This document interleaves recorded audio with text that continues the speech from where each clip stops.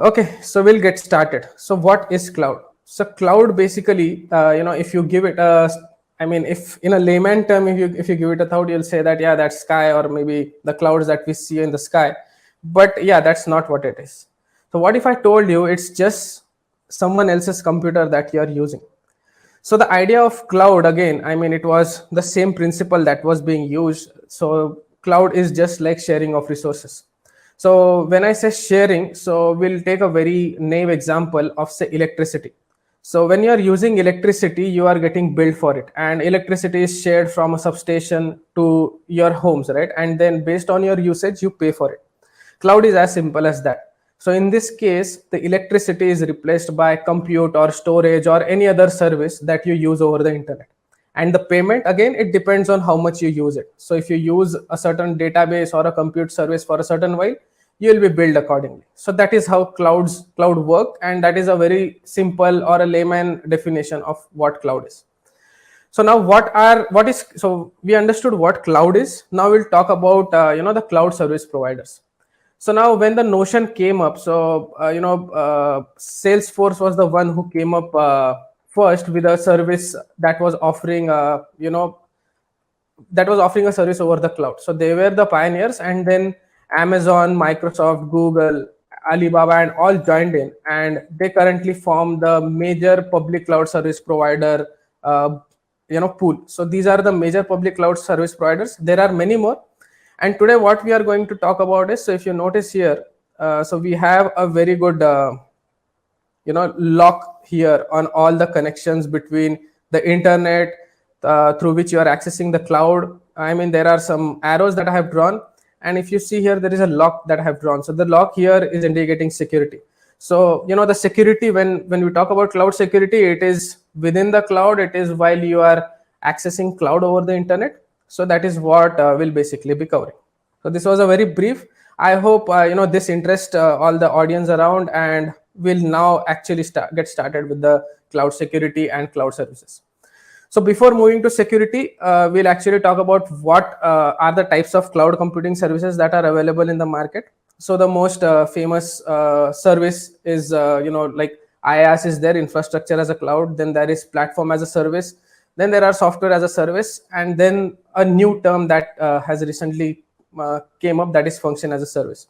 So infrastructure as a service, constitutes of the major cloud offerings. So basically all your compute services, your database services that you're using over the internet, they all fall under infrastructure as a service. Platform as a service are all your online code editors and all those stuff. Software as a service is again a very widely used domain. So all the applications that you're using over the internet, like Facebook, your Netflix, and all your shopping apps, they are just a service that they are just softwares which are using as a service over the internet. So they are all software as a service. And today we'll mainly focus on infrastructure as a service, because AWS, Microsoft Azure, and GCP, their major offerings are into infrastructure services. So we'll talk about fast services as well while covering the security aspects, but the core the core competency, or maybe the core topic of discussion today, will be around infrastructure as a service, right? So this was all about cloud. Now, why cloud security, you may ask? Why did I choose to talk about cloud security? So now the biggest security challenge when it comes to the cloud adoption is perception of reduced security. So we'll take a very simple example of a banking service. So you say there is a bank who have all their applications, all their customer data hosted in their local local servers and everything. They know where their data is, so they can physically see the devices therein. So when you ask the bank the bank authorities that they can migrate to cloud, they can save cost and all the things, the first questions they will ask is where is my data stored, and is it really secure, because they can't see the servers and the the racks and everything there physically, because they are now remote and they are accessing it over the internet, right? So this is a very big challenge when it comes to cloud adoption. So that is one thing that I personally try to be in favor of cloud adoption. And due to this reduced perception of cloud security, I just want to spread awareness that implementing cloud security is not as hard as it seems.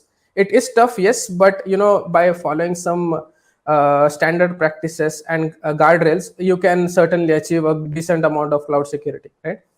And then if you see the public cloud challenges as well, so the number one, as I said, is security. And then the biggest identified cloud threats occur mostly due to misconfiguration of cloud platforms, right?